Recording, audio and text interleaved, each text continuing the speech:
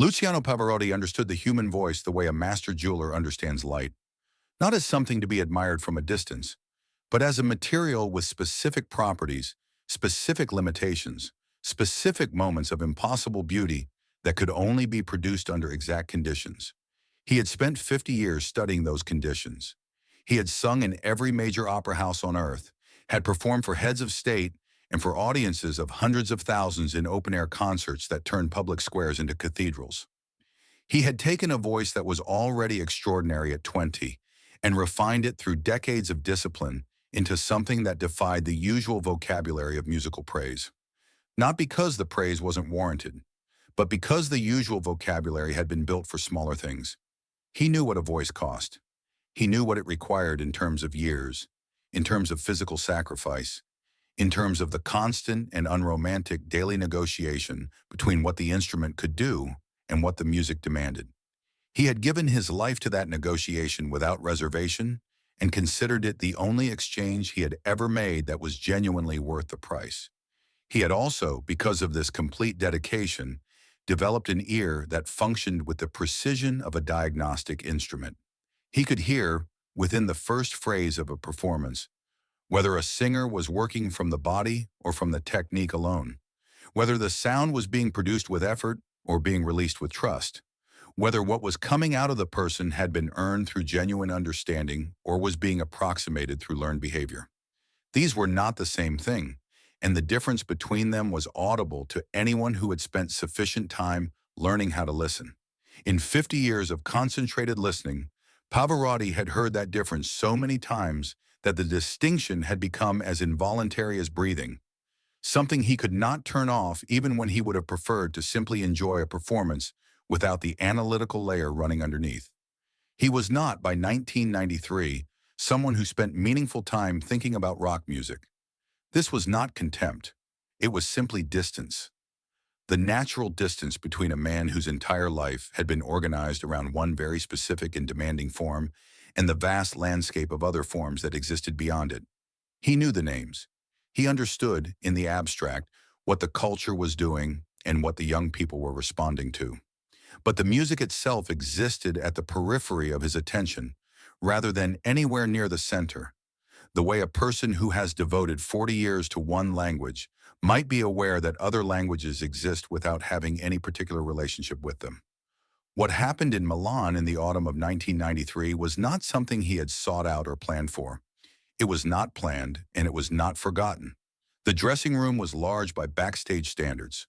One of those rooms in the older European opera houses built to accommodate the considerable physical and psychological requirements of principal singers. A sofa, a vanity with a mirror ringed by lights that had been calibrated to approximate stage lighting so that makeup could be tested accurately, a rack of costumes for the evening's performance, and a television mounted high on the wall that was almost always left on between rehearsals and shows, because the silence of waiting rooms without sound had a specific quality that nobody who spent time in them found comfortable. Pavarotti's accompanist, a pianist who had worked closely with him for several years and had developed with him the particular intimacy of people who have spent thousands of hours in proximity to each other's most concentrated work, was already in the room when Pavarotti arrived from the afternoon rehearsal. The television was on. MTV Europe was playing. Pavarotti settled onto the sofa with the deliberate care of a large man who has learned over decades to conserve energy for the moments that truly require it. He accepted a glass of water. He looked at the television without particular attention, the way people look at screens that happen to be on in rooms they are occupying, receiving images without fully processing them, the eye moving over the surface of things. Then something on the screen changed his attention entirely. Nirvana was performing. The footage was from one of the large European festival appearances from earlier that year. Outdoor stage, enormous crowd. The band small against the scale of the venue, and the audience stretching back into the distance. Kurt Cobain was at the microphone. The song was already in its second verse when Pavarotti set down his water glass and looked at the screen the way he looked at things he was actually seeing. His accompanist noticed the change immediately. He had been around Pavarotti long enough to know the difference between the man's ordinary attention and his diagnostic attention. What was happening now was the second kind. The song ended. The crowd erupted. The camera cut to wide shots. Pavarotti reached forward and turned the television off. The room was quiet in a way it hadn't been a moment before. His accompanist waited. He had learned, through years of proximity, that the quality of a silence from Pavarotti carried information. Some silences were simply the absence of speech. Others had something inside them. This one had something inside it. "He doesn't breathe correctly," Pavarotti said finally. His Italian accent gave the English words a particular deliberateness, as if each one was being placed with care rather than simply spoken. "His technique is, there is no technique. He is singing from a place that training would have closed." His accompanist said nothing. He recognized the register. "This is not a criticism," Pavarotti said. He looked at the blank television screen for a moment longer before turning away from it. "Training closes certain doors in order to open others. We accept this exchange. We must accept it, because the doors that training opens are the ones we need to reach the music we are trying to reach." Verdi, Puccini, Donizetti. The architecture of that music requires the architecture of the trained voice. You cannot build a cathedral with uncut stone. He set down his water glass. But sometimes, rarely, very rarely, you hear someone who has reached a door that training would have closed before they arrived at it. Someone who is operating in a space that only exists before the discipline takes over, before the instrument becomes controlled. He paused. "This is not better than training. It is not worse. It is simply a different room. A room that most trained singers have forgotten exists because they passed through it so early that they have no memory of it." He was quiet for a moment. "That boy has something in his voice that I have heard perhaps 4 times in my life," he said. "In professional singers, never. In untrained voices, occasionally, and almost always in people who are very young before the voice settles into whatever it is going to become. It is a quality of, I don't have the precise word in English. In Italian, we might say, the voice is not carrying the music. The voice is being carried by it. You cannot teach this. You can only hope to preserve it once you recognize it. And most of the time, by the time you recognize it, it is already changing." He stopped. "What is his name?" Pavarotti asked. His accompanist told him. Pavarotti nodded slowly, with the particular nod of a man filing information. He said nothing more on the subject.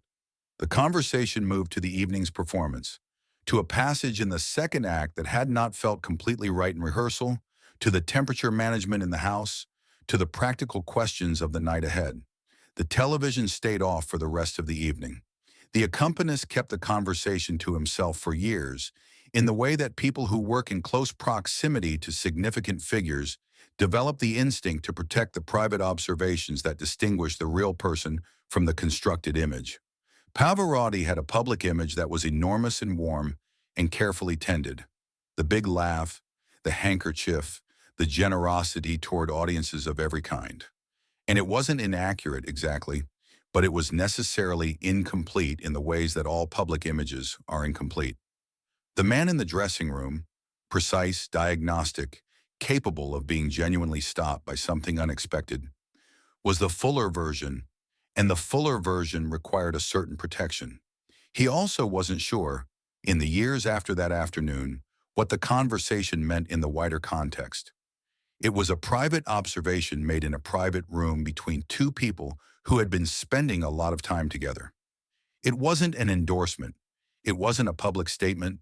It was Pavarotti thinking out loud in the only vocabulary available to him.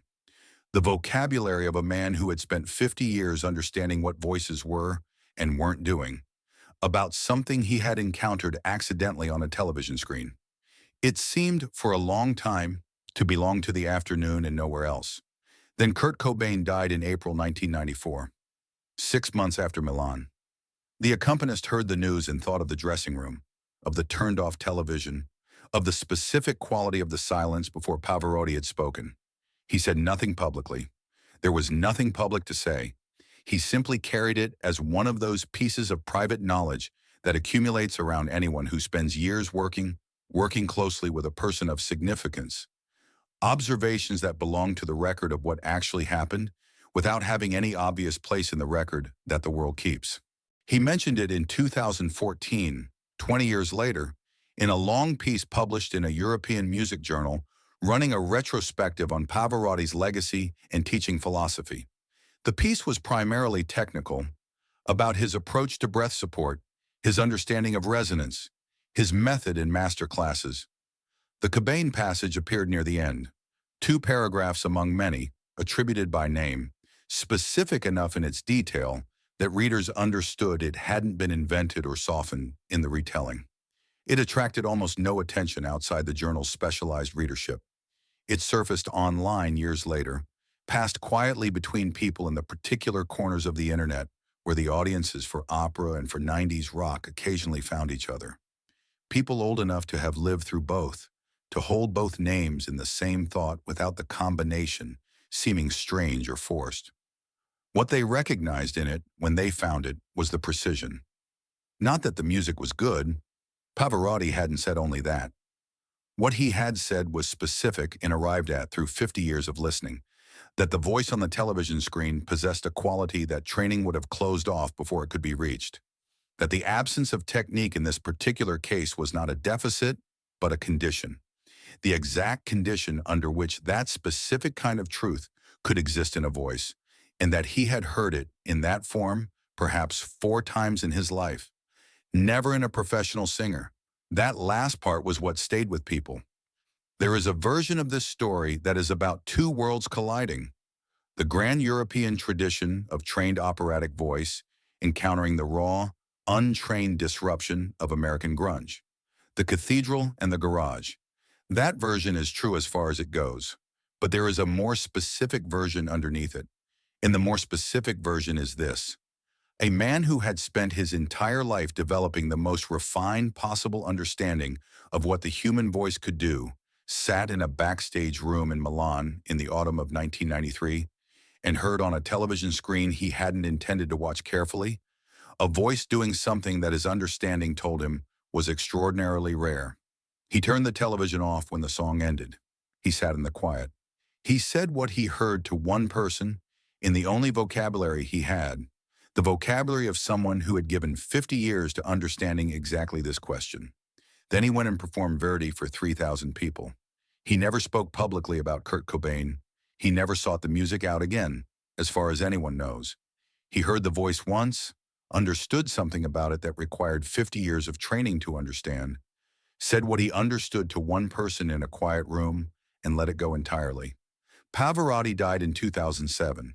Between his death and Cobain's, 14 years.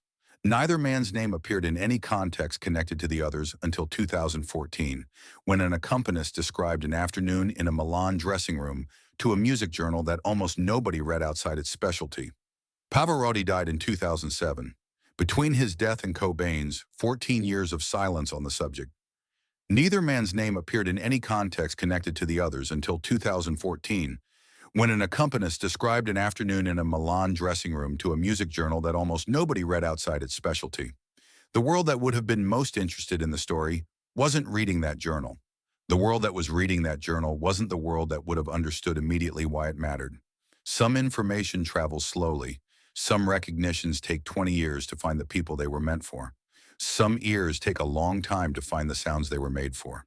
Some sounds only need one listener who truly knows how to hear them. That listener, on one autumn afternoon in 1993, happened to be in a room where the television was on. He turned it off when it was over, because some things you don't need to hear twice to understand completely. The voice is not carrying the music. The voice is being carried by it. You cannot teach this. Luciano Pavarotti, to his accompanist, Milan, autumn 1993.